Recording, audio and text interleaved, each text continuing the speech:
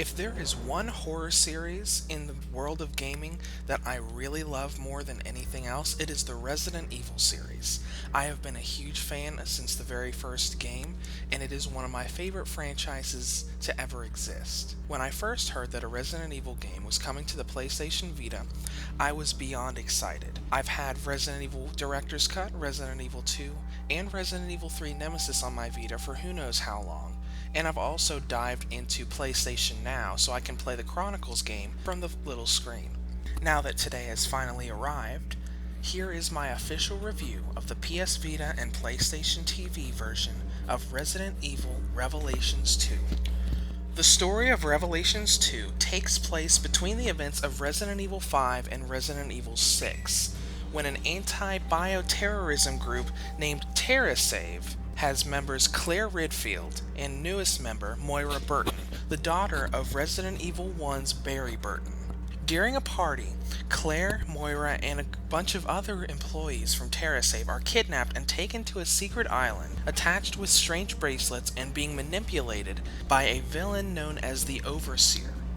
The plot of this game runs in two different campaigns. In each episode, you'll be running through a campaign as Claire and Moira as they explore the bioweapon-filled island, and you'll also be following a campaign for Barry Burton and Natalia 6 months later as Barry comes in to search for the missing Claire and Moira. This works well because each of the campaigns complement each other. While one campaign in a certain episode will raise certain questions, the other campaign will follow up and answer those questions.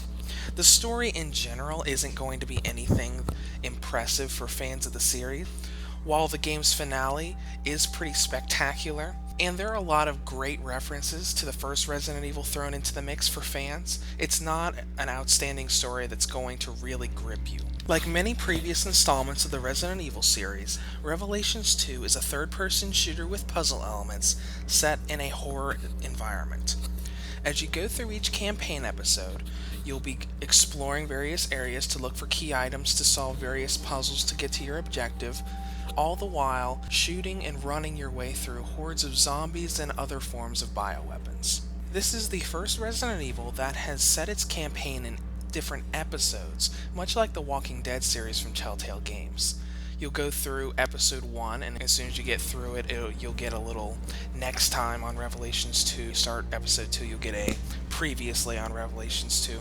And in each episode, you'll go through 2 campaigns, one for Claire and Moira, and one for Barry and Natalia. After you complete each campaign, you will have various points you can use for skills. The main thing with puzzle solving in each campaign is using each character's strengths. Unlike Resident Evil 4 and 5, you can actively switch between the two characters you're playing as.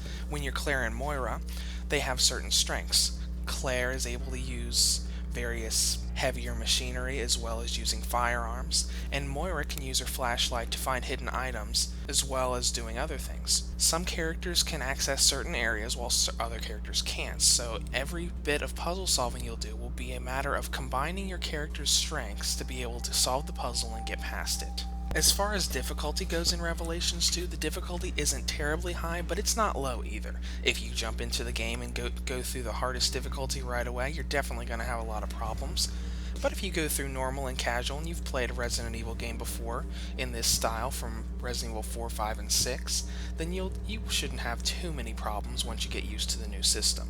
Now, aside from the campaign's 4 episodes, as well as the 2 DLC episodes that's bundled into the game, you also have Raid Mode, which allows you to create a custom character based on presets that you've unlocked in campaign mode, and going through a very action RPG-like environment, where you're running and gunning through various stages trying to take down enemies and reach the goal point. The RPG elements come into play in that you gain experience and gold, and you can level up to increase your attack power and defensive power, as well as using your gold when you're back at your base to be able to buy new weapons and replenish your ammo stock. One big thing to note that people were wondering is that Raid Mode's online cooperative play is very compatible and included in the PS Vita release. Overall, the story of Revelations 2 should take you about 9 to 10 hours to clear your first time through. This isn't counting all of the DLC that you'll be able to go through that's bundled into the game. Add raid mode to this, going through different difficulties to unlock stuff, and you can easily spend dozens of hours on this game if you really get into the system. As far as the presentation is concerned, which I'm sure is the most important part of this review, the game doesn't look bad, but it doesn't look great either. You can definitely tell that they downgraded the visuals to make the game run on the Vita. If I had anything to compare it to, I'd say it's slightly under the visual level of the PS2 version of Resident Evil 4. Now, apart from how it actually looks, there are two main issues with the presentation. The first is the load times, which are really long. When you're first loading a save data or you're going from episode to episode, you should expect to wait at least 30 seconds, if not longer. The other is the frame rate.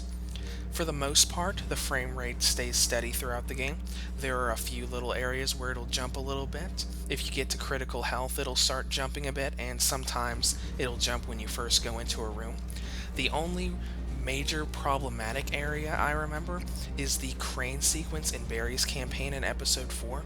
At the end of this sequence, it jumped to a very frustrating level. It didn't last very long, but that was the only part of the game where the frame rate really dropped a ton. Resident Evil Revelations 2 on the Vita and the PlayStation TV is the same game you'll find on the PS3 and PS4. On the downside, the story isn't going to impress any fans of the series, and there are a couple performance issues with the load times and the frame rate. Anyone who can look past these issues will see a very competent port of Revelations 2 and the best way to have modern Resident Evil gameplay on the go. PlayStation Vita Reviews rates Resident Evil Revelations 2 a 7 out of 10. If you would like to comment on this, feel free to below, or head to our site and forum where we already have a discussion for Revelations 2 going.